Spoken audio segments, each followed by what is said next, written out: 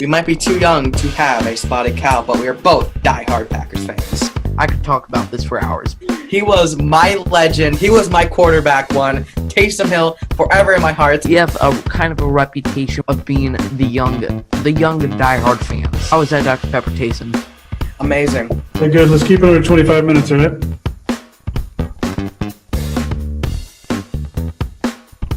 Welcome back into the Underage Packers podcast, another off-season episode.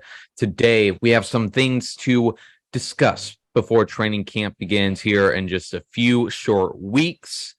Big B, pre-camp vibes are upon us. How are we feeling, man? Just happy. It's almost here. You know, this offseason has really moved very fast compared to other years, but, I just need football in my life. Yeah, exactly. I cannot wait. We're going to have a unique experience this year going to those first few practices. And maybe it's just me trying to convince myself that it's going to be okay that we're seeing non-padded practices. But I'm really excited to be there. Very first day when training camp kicks off, taking all the vibes. Might be a few casual fans there, but it's okay. It's going to be a heck of a time.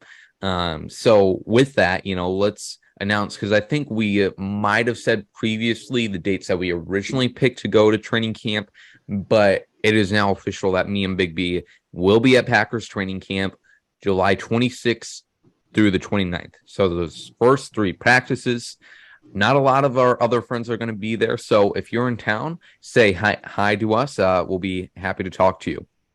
We're excited for that. And then we just got a lot of house cleaning stuff to do. So we'll get to that. And then as far as the football stuff we're discussing today, we're going to be talking about what Jordan Love has to do to match Aaron Rodgers' production in 2022, because that's been a big topic of discussion lately. We'll be talking about a few superlatives for this training camp, including players we're expecting a year to jump out of, and then also players going into a make or break year. So let's start off with this house cleaning stuff here. First off, we have not done an episode since Tom Grossi started on his 30 for 30 tour. It was just incredible to follow that every day. I believe they ended up raising over $500,000 for St. Jude's, which was absolutely incredible. So much great stuff coming out of that. And honestly, seeing Tom Grossi having those massive fan meetups, it seemed like they got bigger and bigger every single day that he was on the tour. I felt like proud to know him back in 2021. I was like, yeah, I met Tom in 2021, didn't even have to ask him for a picture. We had him on the podcast 2 times. No big deal. He's friends of the show now. He's included on that list for sure. He might be too big for us to get him on now. We'll see. Big B, I know you were trying to make it out to the stop he had on Green Bay. Any thoughts you want to share on Tom's massive tour here? Yeah, well, I wasn't able to make it out to Green Bay when he was in town, which I missed it because I would have liked to be included in it. But I'm just so proud of him for raising all that money for St. Jude. And I know all that money is going to go to good places in helping children with cancer. And it's just a great organization. I'm glad Tom chose that. Absolutely. He's done so much great work with his platform. Some other housekeeping stuff. We wanted to say goodbye to our friends Matt Reynoldson and also Nicole Minner, who were 2 Green Bay News reporters who are now leaving for new opportunities. Happens every year. It gets me really sad to even think about it. So Nicole, we thank you so much for your friendship over these past few years. We met Matt last year too. Great guy. So whatever is next for them, they're going to do great at. Big B, any departing words to our 2 friends there? Yeah, just sad they're gone. I hate this time of year. It's like NFL free agency. You don't want to see these people go, but they're going off, getting the bag, getting a new opportunity, and you're just happy for them. Yeah, it's definitely bittersweet because they're not. Green Bay is not the most prosperous market for media personalities for sure. So good luck to them, obviously. And then let's see, what other housekeeping stuff do we have to do? That might be it here. Oh, no, one last thing here. On July 10th, the Athletic podcast with Jordan Rodriguez I'm not sure if I'm pronouncing her last name right there, but they are starting the Play Caller series, which is going to be chronicling the Kyle Shanahan coaching tree. Jordan Rodriguez, she's a great writer for the Athletic. I think she wrote something that put the backers in a bad light this past season, but it doesn't matter. She's good. Okay. Um, she is starting a podcast series, The Play Callers. She interviewed Sean McVay. Matt LaFleur is going to be featured on there. Pretty sure Kyle Shanahan too. So definitely listen to that podcast. For what she's advertised it as, it's pretty much kind of a behind the scenes look into kind of the daily lives of a head coach and also just how they think and everything. So make sure you listen to that. I have no doubt that it is going to be some incredible content there. All right, now onto the actual football stuff here. One of the biggest topics of discussion this offseason as people get bored is how is Aaron Rodgers' production in 2022 going to compare to Jordan Love, and how much of a drop-off will that be? And the biggest thing I've noticed is that the thoughts on Aaron Rodgers, how he performed last year, is much different from non-Packers fans as it is compared to actual Packers fans who watched him week in and week out. Because, like, I know some of us have a bad taste of Aaron Rodgers in our mind, whether that be because of the play on the field or the drama off of it. But he did win back-to-back MVPs in 2020 and 2021. And in my opinion, 2020 was his greatest year of play, even compared to 2014, because he had to find a new style. And he found that style. And he was absolutely incredible. Still didn't come up in the big moment, but it's okay. It's not okay, actually. But Wow. in the 2022 season, it was a much different player. And I know a lot of his defenders will like to bring up a lot of excuses. And those excuses are fine. But at the end of the day, that doesn't matter. I do not care about the circumstances. I do care about the context a lot. But, it doesn't matter at the end of the day, because if we're just comparing what Aaron Rodgers did in 2022 and then asking the question, what sort of drop-off is that going to be to Jordan Love, I don't care about the excuses. Aaron Rodgers was playing with a broken thumb for 3/4 of the season. He did, break his ribs in Philly. Of course, every time we bring up the thumb injury, we have to thank my co-host Big B here, of course.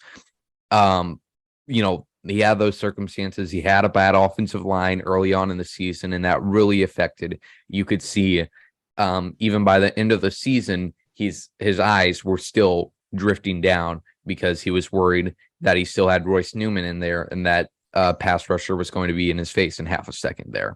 So all those things considered, you can take that into consideration when evaluating Aaron Rodgers' 2022 play. But for Jordan Love, what he does to match what Aaron Rodgers provided to this team in 2022, broken thumb and all, he does not have to play far above and beyond expectations, I don't think. And, stats are not, basic stats are never the best indicator of performance, especially for quarterbacks. But Aaron Rodgers had 3,695 yards last year, 26 touchdowns, and 12 interceptions. Compared to 2020 and 2021, over 40, 30 touchdowns, respectively, and less than 5 interceptions. Compare that to now, 26 touchdowns, 12 interceptions. Obviously, a big change there. And obviously, another thing you have to take into consideration is the drop-off in wide receiver play. He didn't have Devontae Adams. Allen Lazard was asked to take on a bigger role and didn't necessarily step up to those expectations. And he had a lot of young players in there, as will Jordan Love, with Jeff Cotton at 26 years old being the most experienced wide receiver on that roster at this point. But I really don't think Jordan Love has to have a spectacular season to match or exceed that production. And like I said, stats are not the best indicator of performance here. So, thinking of some games that really define what Aaron Rodgers was for this team last year, I think 3 come to mind. First off, the Giants game in London in week 5. And that's more so of the offense as a whole. Really strong first 3 quarters. And then once the lead started slipping away from them, instead of running the ball, trying to run the clock down and just take what's given to them, they, of course, tried to pass out of it. The whole reason they lost that game was, one, because of Amari Rodgers, but also because on that series where they're up by only possession in the fourth quarter with only a few minutes left on the clock, they pass for it all 3 snaps and they go 3 and out. Oh my God, I don't even want to think about it. Okay. So that week 5 game is pretty definitive of that Packers offense and Aaron Rodgers. And then also the game in Detroit in week 11, 15-9 loss. That was just a heartbreaker of a game there. Okay. Lost at the last second, literally would have taken just one more touchdown to win that game instead of 3 field goals. Had Aaron Jones, Rashawn Gary, Romeo Dobbs suffer injuries on that terrible turf. And Eric Stokes. Yeah, that too. Rodgers, 1 touchdown, 3 interceptions. And I think was one of those the failed David Bakhtiari attempt. Yeah. So 3 interceptions in that game. Not able to produce much there. And then finally, on the flip side of that is the Cowboys game the week before, week 10. Rodgers goes 14 for 20, 224 yards for 3 touchdowns, all of them to Christian Watson. And we started to see what Christian Watson could be as a star. But that was probably one of Rodgers' strongest performances yet. And we saw a clutch ability that was pretty much absent for the rest of the season. And that is probably what we will remember most of Aaron Rodgers in his last few years as a Packer, the inability to step up in the biggest moments. And I will be extremely interested to see how that carries on with his career as a Jet. I know the popular thing as a Packer fan is to hate on the Jets right now and not expect them to go very far. I don't know what they're going to do. They're playing in a very tough AFC right now. They have to play the Chiefs, have a pretty tough schedule outside of that as well. So interested to see how they perform there. They're going to be competing with the Bills to win that division. So that's going to be difficult. I think the Dolphins are going to be good. I don't know where all this sudden hype for Tua Tagovailoa came from. That was weird, but it's the Bills and the Jets far and away competing for that division. But that wild card room, even with 3 spaces available, it's going to get crowded pretty quickly. You think of the top 7 AFC teams, right? You have the Chiefs, the Bengals, the Ravens, the Bills, the Jets, the Chargers, the Jaguars. I would say that's a solid top 7. And then you have a lot of fringe teams there too. So that AFC conference is going to be interesting to follow. And then we'll see if Aaron Rodgers is able to step up going up against some other tough quarterbacks. Shifting from Aaron Rodgers to Jordan Love. And what does Jordan Love have to do to exceed that production or just match it, really? I think this offense will hopefully look different than it did last year. Hopefully Matt LaFleur is really able to take hold of this offense. Hopefully they get the run game more involved, and Jordan Love basically just does not have to lose. Hopefully it is just his game to lose there. And, none of us are expecting the Packers to go to the playoffs like we all did at the start of last year. But I do think they're going to be better than a lot of people are giving them credit for. So we'll have to see. So, Big B, any thoughts on Jordan Love matching Aaron Rodgers this year? Yeah, like you said in the beginning, I don't think it'll take much for him to match Aaron Rodgers' stats last year. He's going to Mhm. take the check downs. He's going to actually probably throw to the receiver underneath and not look downfield. But that's beside the point. But also, like you mentioned, is Matt LaFleur. Like his play calling hasn't been spectacular, especially last year.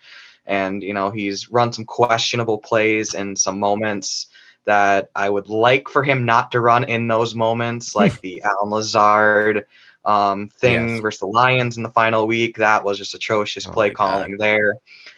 So I'm hoping Matt will do a better job this year with his play calling. Hopefully, he's denied that he can finally like his own offense, but Oh hopefully my he can God. run his own offense this year, even though Matt doesn't think that's a thing.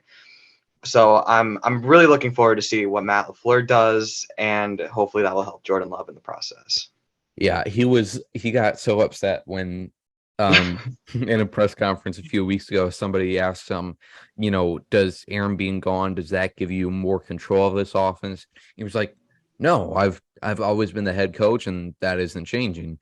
And then like two questions later somebody asked him about kind of the role that Aaron played in that game planning room, and Matt was like, yeah, he definitely added a lot of input. It's like, hmm. And like Aaron definitely deserved that seat at the table in game planning. And obviously Yeah. in 2020 and 2021, it was a successful formula with him, Hackett, LaFleur, obviously, and Stinovich in that room. But to deny Aaron having any control over the offense is interesting. Yeah, and like don't get me wrong. Like of course Aaron definitely deserves to be in that room, give his input and stuff. But Matt LaFleur definitely took a slight downhill trend last year, especially losing Nathaniel Hackett in that game Yeah, planning room. yeah, definitely. And on this conversation of what we hope to see from Jordan Love this year, I think for Jordan and the team as a whole, I hope to see growth from week 1 to week 18 because it was a young team last year, but we didn't see much of that. Even though they had that winning streak near the end of the season that made them almost the 7th seed in the playoffs, we didn't see much growth outside of that. For this team, I hope it is a completely different team from week 1 to week 4 than it is from week 14 to week 18. And I don't expect them to be a Super Bowl contender, but who knows? Maybe Jordan Love comes out there like Patrick Mahomes. We'll have to see. Yeah, Who knows? and the locker room chemistry seems to be already through the roof. Definitely. So and that's something that we haven't really heard a lot of is like players backing up like Aaron Rodgers and stuff, but like the players are actually backing up Jordan Love, and that's just awesome to see. And it seems like everybody is all in on this upcoming year.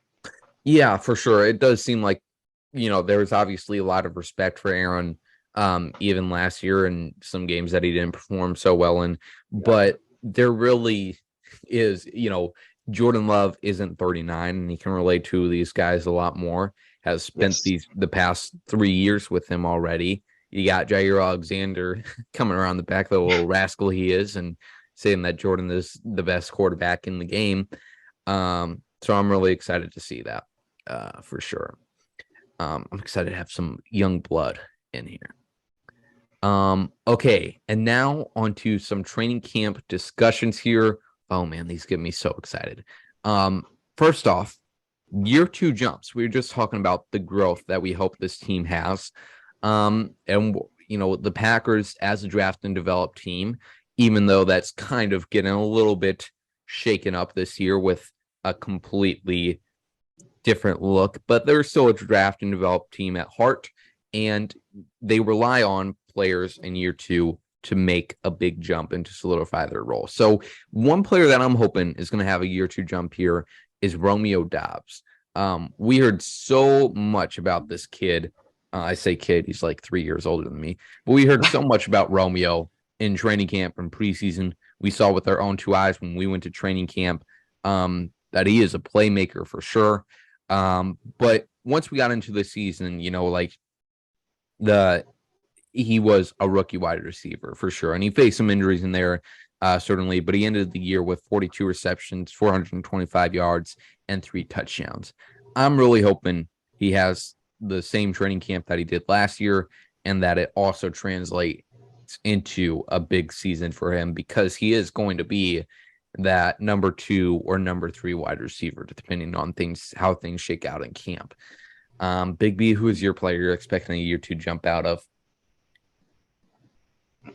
Oh yeah, it's my guy Kingsley Nagbar, JJ Nagbar. Mhm. I love him personally, and last year you could definitely see him Yes. grow throughout the weeks. And with Rashawn Gary going out, the pass rush definitely wasn't good last year and later of the year. But with Lucas Van Ness now in the room, I don't know how much playing time Enagbari will get. He in the tweets that we saw, it looks like Justin Hollins is outside linebacker 2 across from Preston. But I definitely think Kingsley Nagbar will have a lot of reps early in the year, and he's definitely a promising player, and I'm excited to see where his career goes. Yeah, that outside linebacker room, I feel pretty confident in. I think you got your 4 guys for the start of the season, and then maybe Rashawn on the PUP. We'll have to see if he's ready week 1. But even if Rashawn is ready, I think they keep the 5 of them in Preston, Lucas, Rashawn, Justin Hollins, and JJ. And with JJ, it was a interesting thing when they drafted him in the 5th round, because I want to say he might have played in a 4-3 system in college. But basically he was not the typical outside linebacker the Packers look for. He was more so just an athletic freak. So excited to see what he brings to the table there. Yeah. Anybody but Jonathan Garvin, please. Just Jonathan Garvin, just go away. Dang. All right. Yeah. And then on to our make or break players this year. I'm going with a high stake one here and saying Josh Myers, who's going into his 3rd year with the team. They don't really have a replacement plan for him right now. And, I doubt they'd draft a rookie next year and throw him into the lineup right away, but that's what they had to do with Josh Myers. So who knows? He's been inconsistent, I would say. And it seems like the 3rd round curse that we're talking about with the Packers is almost coming the 2nd round curse here. But Myers, he's got to play more consistent. He's got to stay on the field more to secure that starting job on the team next year. Big B, who's your make or break player for this year? Yeah, speaking of 3rd round talent that we've got, it's my guy is Josiah DeGuara. He really hasn't been what we thought he was going to. Matt LaFleur seemed to really like him, but all he's really been is just a fullback type, a blocker. And he's been hurt a lot. Also, he had an ACL injury, I think, in Minnesota in 2020, I believe. That wiped him out. Yeah, or was it Atlanta? Laying on a punt. God bless. Yes, that's right. Yeah, that sucked. But tight ends take a while to adapt to the NFL level. So hopefully this year, he's going into his contract year, I believe. So I would like to see more from him, especially since there's nobody in that room, and he's really the only veteran tight end in that room. Yeah, I think we talked about this 2 weeks ago when we did our stock report on how Josiah hasn't been involved in the passing game all too much. Besides that, the week 18 game against Detroit, either 2 years ago when we had that first seed locked up and he had the screen pass where he went 62 yards for. That was awesome. But yeah, like you said, he's been a good blocker. He's done it all right at that, but he hasn't got too much of a role in this offense. So I'm hoping that changes in this upcoming year. I know our guy Dusty Evely is a big proponent for getting Josiah DeGuara more involved in this offense. And like you mentioned, now with Mercedes Lewis, Robert Tonyan both out of the picture, him and Tyler Davis are the leaders of that room with Tucker Kraft and Luke Musgrave as their students here. So, oh boy, see how that plays out for sure. Oh, fun! How exciting, yeah, for sure. I know. Tyler Davis, man, what a guy. Oh yeah, love his nose. So big. Oh my god. Oh, this is the off season, folks. This is the off season.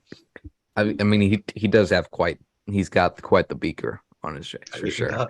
It's definitely Triple H-esque nose. I don't understand that reference, but all right.